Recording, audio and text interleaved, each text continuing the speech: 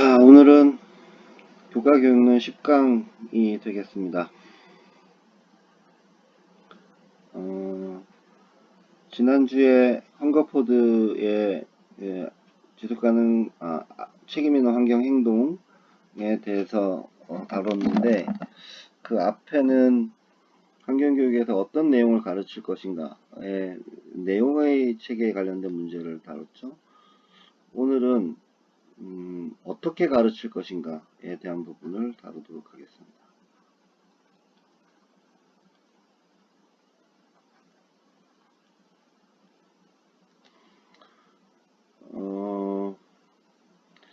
이 말은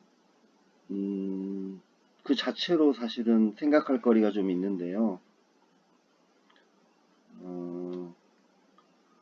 이 질문과 대비되는 건 아니지만 짝이 되는 것 중에 하나가, 사람은 어떻게 무언가를 뭘까요? 배우게 되는가?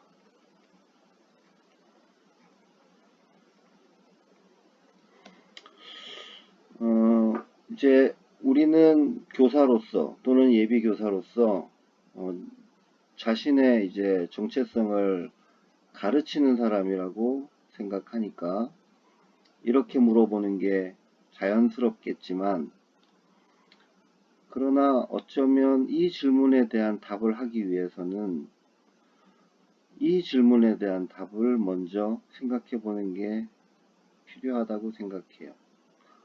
사람은 어떻게 무언가를 배우게 되는가? 그러니까 가르치는 일과 배우는 일의 관계는 어떻게 되는가? 라고 볼 수도 있겠는데, 한번 생각해 봅시다. 그냥 여러분이 지금 스스로의 모습을 한번 이렇게 살펴보세요. 여러분은 아주 많은 걸 할 수 있는 사람이죠. 젓가락질도 할 줄 알고, 자전거도 탈 줄 알고, 곱셈도 할 줄 알고, 또 다른 사람들과 이야기도 할 줄 알고, 그렇게 할 줄 아는 게 굉장히 많아요. 그런데 여러분이 태어났을 땐 지금 얘기했던 것들의 대부분을 할 줄 몰랐습니다. 여러분들이 할 줄 알았던 건 숨 쉬는 거밖에 없었어요. 어떻게 보면 그냥 태어나서 숨만 쉬고 있었던 거죠. 밥도 먹여주고, 똥도 싸면 치워주고, 뭐 똥 쌀 줄은 알았네요. 그런데 지금 이제 21~22살이 되어서 굉장히 많은 걸 할 줄 알게 됐죠. 지난 20년 동안 여러분은 뭔가를 할 수 있는 사람이 됐어요. 그게 저절로 되지는 않았겠죠. 물론 사람은 성장을 하면서 이미 DNA에 프로그램된 대로 어떤 능력인가를 밖으로부터 배우지 않아도 무언가를 계속 해낼 수 있게 됩니다. 아기들은 처음에 태어나면 세상이 흑백으로 보인다고 하죠. 그리고 움직이는 거를 잘 포착을 못합니다. 그래서 어떤 사람이 아기 때 시력을 잃으면 어른이 되었을 때 또 색이 안 돌아오는 경우가 있어요. 병이 치료가 됐어도. 그런 건 그러니까 이 세상을 여러 가지 색깔로 볼 수 있게 되는 건, 그건 배워서 된 건 아니죠. 그러니까 그게 무슨 색이라고 이름 붙이는 거는 나중에 배웠을지 모르지만, 그렇게 세상을 여러 가지 색깔이 있는 그런 세계로 볼 수 있게 된 건 여러분의 생물학적인 진화 과정의 산물로 우리 몸속에 프로그램 되어 있는 게, 그 시점이 되면 발현이 되거나 구현이 되면서 여러분 안에 어떤 새로운 능력들이 형성되거나 장착되게 되는 것이죠. 근데 우리는 그런 걸 학습이라고 하지는 않습니다. 그냥 발달이라고 보통 부르죠. 디벨롭먼트라고 불러요.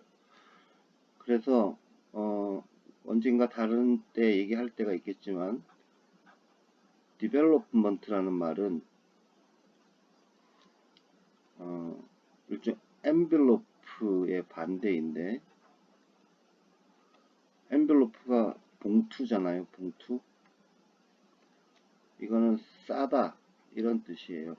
이렇게 두루마리처럼 이렇게 둘둘둘 말아서 싸는 거. 말다가 더 맞을지도 모르겠어요. 그 디벨롭먼트는, 디벨로프라는 건 펼치다. 그러니까 두루마리가 이렇게 막 말려 있다가 펼치면 뚜루루 이렇게 펼쳐지잖아요. 그러니까 뭔가 감춰져 있던 거, 말려 있던 거, 아직 피어나지 않았던 게 이렇게 펼쳐져 나가는 걸 디벨롭먼트라 그래요. 근데 그건 어딘가 밖에서 들어온 건 아니에요.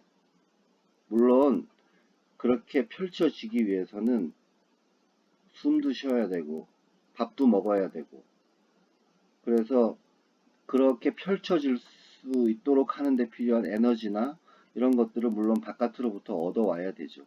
그렇지만 그 펼쳐질 수 있는 어떤 것들은 이미 내 안에 있었던 거예요. 이런 걸 우리가 발달이라고 그래요. 여기 이제 디벨롭먼트를 발달이라고.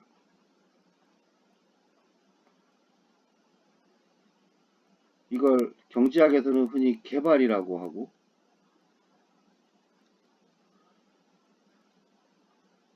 또는 발전이라고도 하죠.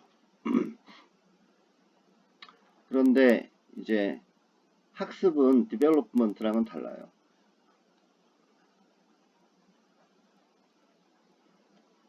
우리가 무언가를 학습해서 그게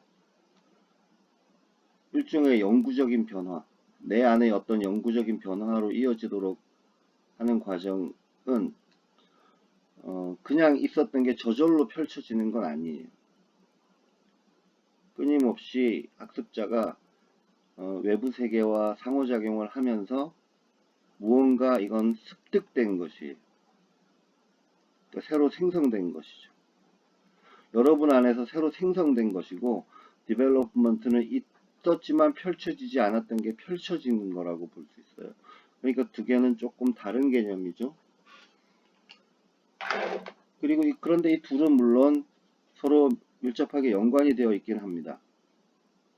예를 들어서 인간의 뇌가 일정한 수준으로 발달을 해야 여러 가지 복합적인 사고를 할 수 있게 된다든지, 그런 거는 그러니까 발달과 학습이 짝꿍을 이루어서 이렇게 시너지 효과 같은 걸 만들어낸 거라고 볼 수도 있겠죠. 자, 그런 의미에서 우리는 아주 좋은 참고 자료를 모두가 다 가지고 있어요. 사람은 어떻게 무언가를 배우게 되는가에 대해서 고민을 한다면, 예비 교사라면 당연히 이 질문을 해야 되겠죠. 왜냐하면 교사는 누군가 무언가를 잘 배울 수 있도록 도와주는 사람이잖아요. 그러니까 사람은 어떻게 무언가를 배우게 되는가에 대해서 충분히 이해를 하고 있어야 그 사람이 그런 과정을 잘 거쳐서 무언가를 배울 수 있도록 잘 도울 수 있겠죠.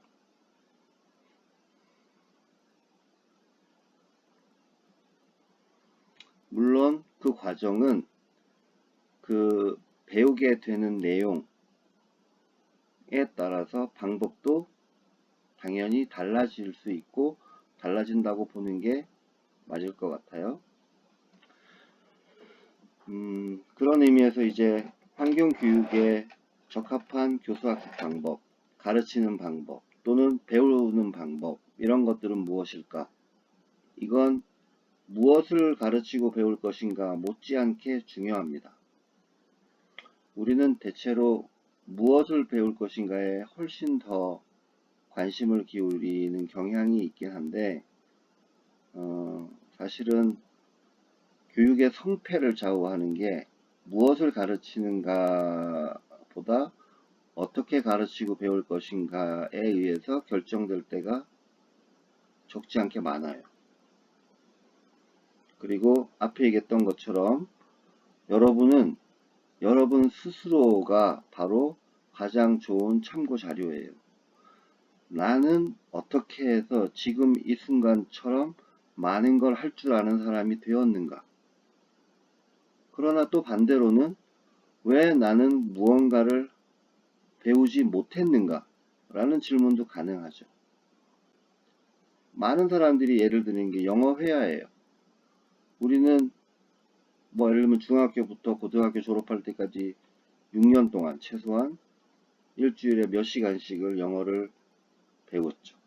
그런데 외국 사람과 뭐 10분 이상 이렇게 얘기를 할 수 있는 사람이 별로 많지 않단 말이에요. 우리는 왜 영어로 말하는 방법을 제대로 배우지 못했는가? 라는 걸 통해서 사람은 또한 어떻게 무언가를 배우게 되는가에 대한 시사점을 얻을 수도 있을 거예요.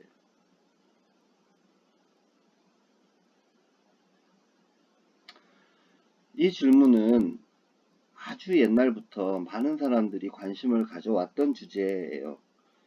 그래서 이 문제에 대한 건 교육학에서 굉장히 많은 시간을 들여서 다루게 됩니다.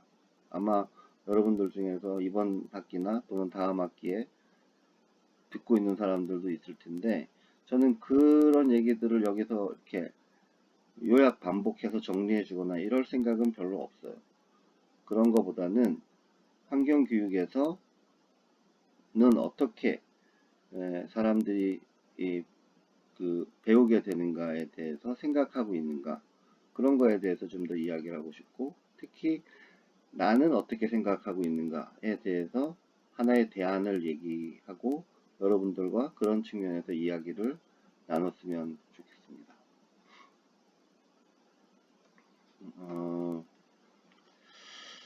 그냥 우리끼리 한번 간단한 퀴즈가 아니라 게임을 한번 해볼까요? 여러분들도 지금 그냥 같이 나랑 해보세요. 지금 여러분이 알고 있는 나무의 종류를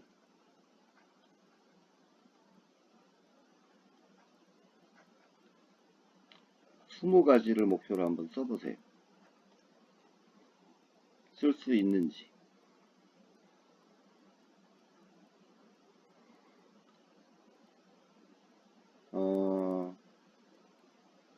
네, 일단 한 2, 3분 정도 시간을 줄게요. 한번 써보세요. 아마 제일 먼저 여러분들이 아마 소나무를 쓰겠지. 또 무슨 나무를 쓸까나? 사과나무?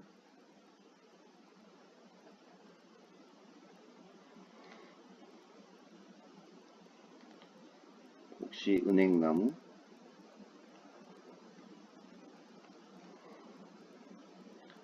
뭐가 됐건 간에 생물 앞에는 참을 붙일 수 있어요.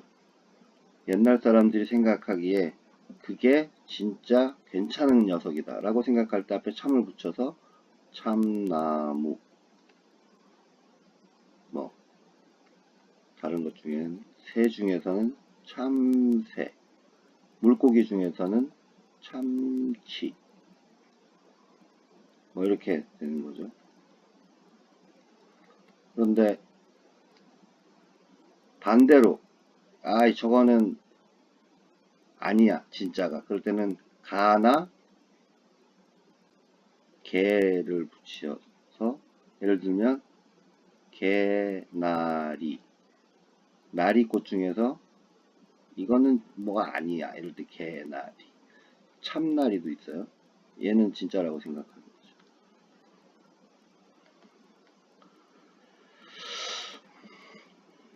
여러분이 생각하는 동안 시간을 벌어주려고 그냥 해본 얘기예요.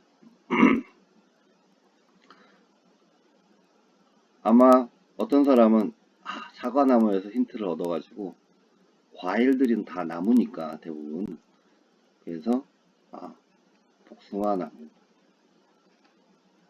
배나무, 감나무 이렇게 과일을 쭉 써보려고 했는데 그것도 한계가 있어. 복숭아, 배, 딸기나무, 딸기는 나무가 아닌데 포도나무, 대추나무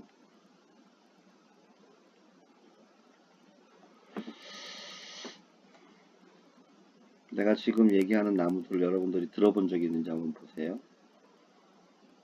아마 이건 들어봤겠다. 앞에 이제 개나리하고 그 다음에 이른 봄에 잎이 나기 전에 꽃이 피는 나무들이 있는데 예를 들면 미선나무 요즘은 이런 이름을 다 까먹어가지고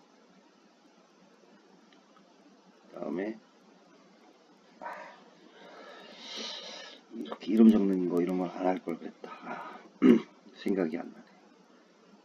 근데 나는 원래 공부를 이런 쪽으로 했어요. 그래서 나무 이름 많이 알아요. 여러분 중에 혹시 뭐 귀룩나무나 오줌 냄새가 나는 시나무나 나무 중에 이 나무라고 하는 이름도 있어요. 나무. 요즘 꽃이 피는 것 중에는 예를 들면 산딸나무, 층층나무, 떼죽나무 이런 것들이 이제 다 비슷한 애들인데 그다음에 뭐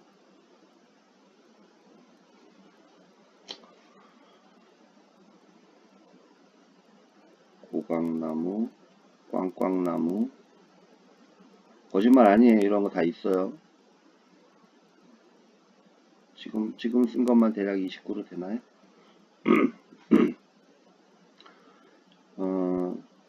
여러분은 이런 나무 이름을 어떻게 해서 알게 됐을까?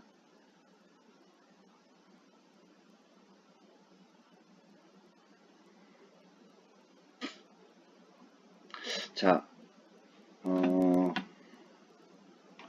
얘기를 조금 더 이어가 봅시다.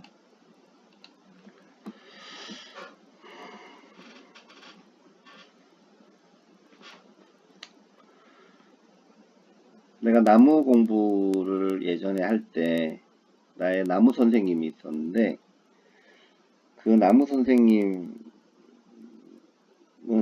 이렇게 두 분이 있었어요. 실제로는 학교에서 배운 선생님과 학교 밖에서 배운 선생님이 있었는데 학교에서 나에게 나무를 가르쳐 준 선생님은 어떻게 했냐면 이렇게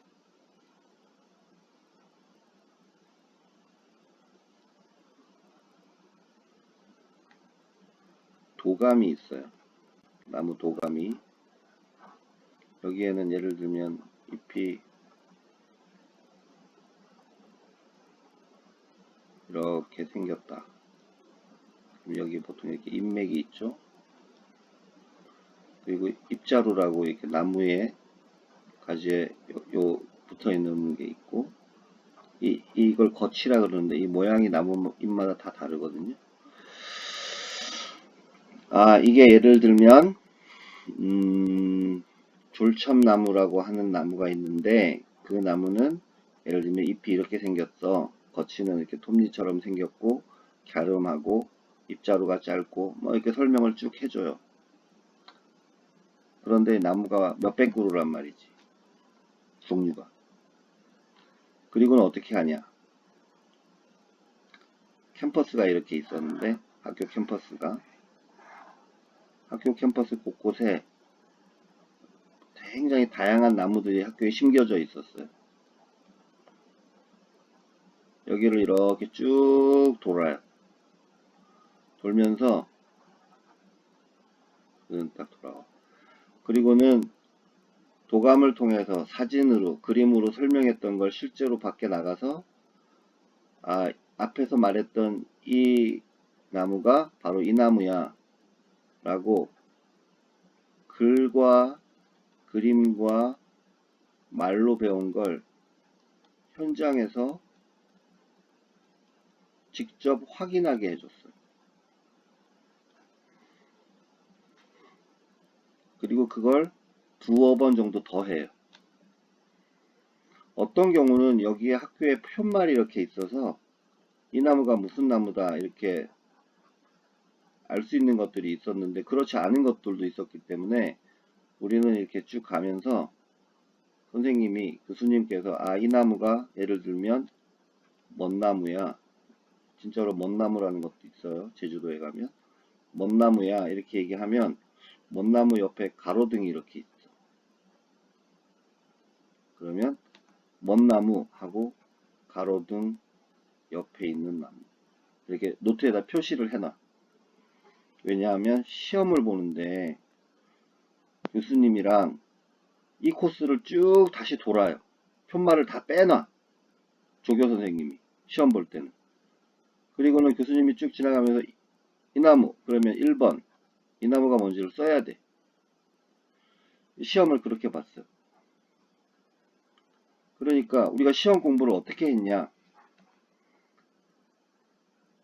요 코스를 계속 이렇게 똑같이 도는 거야. 그러면서 이 나무, 이게 뭔 나무라면 뭔 나무의 특징에 대해서는 공부를 안 하고 가로등 옆에 있는 건 뭔 나무, 우체통 옆에 있는 건 무슨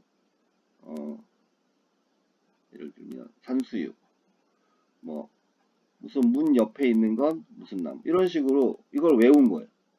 우리가 이걸 그때 위치 수목하기라 그러는데 우리끼리 농담으로 그 나무에 대해서는 몰라 잘.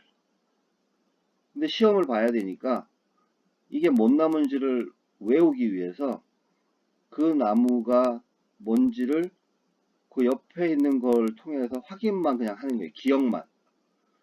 가로등 옆 먼나무, 뭐 옆에 산수유, 뭐 옆에 뭐 막 이렇게 해가지고 그냥 외우는 거지.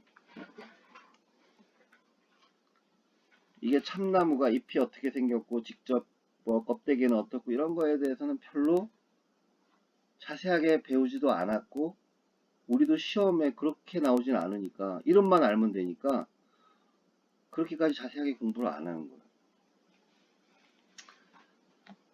그렇게 해서 시험을 보면 한 8, 90%는 맞추죠. 그리고 나면 한 2주쯤 지나면 하나도 생각이 안 나. 왜? 더군다나 이 먼 나무가 다른 곳에 있는 먼 나무, 다른 곳에도 먼 나무가 있을 수 있잖아요. 다른 곳에서 이 나무를 딱 만나면 진짜 글자 그대로 이게 먼 나무야? 이렇게 되는 거예요. 유일하게 한 번 딱 맞을 수 있어. 이게 먼 나무야? 먼 나무야. 이럴 때 딱 한 번 맞고 다른 나무들은 다 틀리는 거예요. 왜? 나는 그 나무에 대해서 안 게 아니라 그 나무의 그냥 이름만 외운 거. 그러니까 이름만 알지 그 나무에 대해서 사실 별로 아는 게 없는 거죠. 그런데 내가 다른 또 나무를 다른 선생님한테서 배웠는데 그 선생님은 어, 예를 들면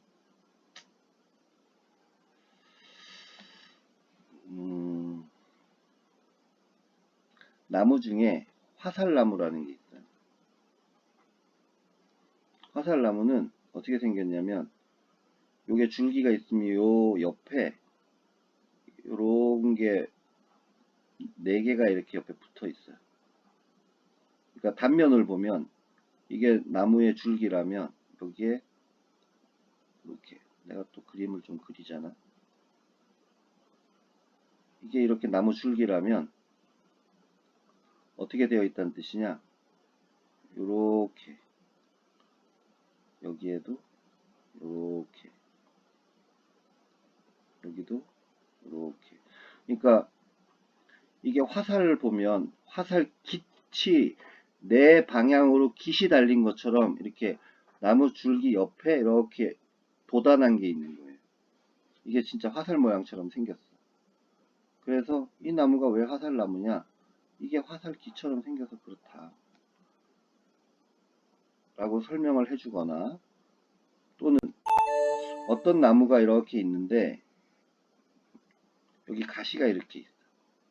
어떤 나무들은 가시가 정말 흉측할 정도로 날카롭거든. 음나무, 엄나무 이런 것들이 있는데, 음나무는 아닌데 엄나무도 그렇든가, 엄나무는 가시가 많아요. 엄나무 스늘 이런 걸 먹는데, 이렇게 가시가 있는 거에는 다 찔려보게, 나를 그 가시로 다 찔러. 아프지? 어떨 때는 찌르고 나서 이렇게 하면 이 찌른 요 가시가 이렇게 살에 박혀가지고 벌이 이렇게 폭 쏘고 나면 벌침만 이렇게 살에 박혀 있는 것처럼 뭐 그럴 때도 있고. 시나무는 예를 들면,